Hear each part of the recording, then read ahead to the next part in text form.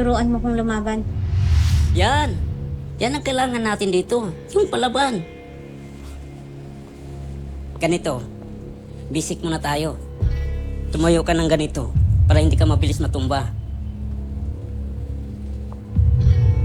Wala rin naman akong alam pero napapanalo ko naman yung mga laban ko.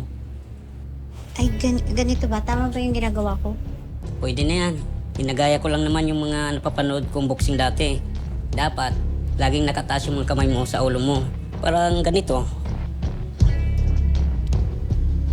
Ganyan? Yan, tama. Para pag sinapak ka, hindi agad mapupuruan mukha mo.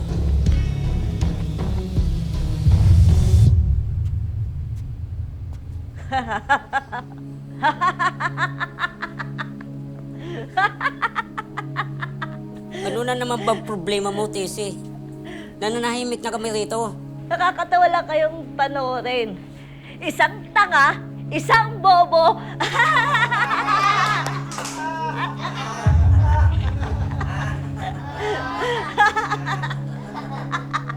Tingnan lang natin, Tessie.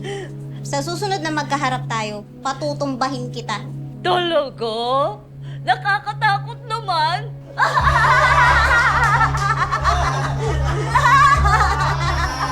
Hayaan mo na yan. Suntok ka nga, Ami.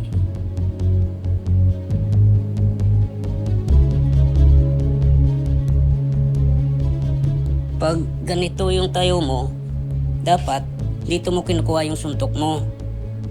Kaniniti ka ba o kaliwiti? Kananete. Ayun, dapat yung kaliwang paa mo ang nakapronta.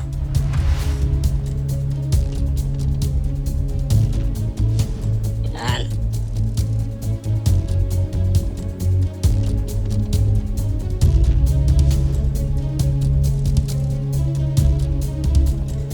Alam mo ba kung sinong may-ari ng bar na to?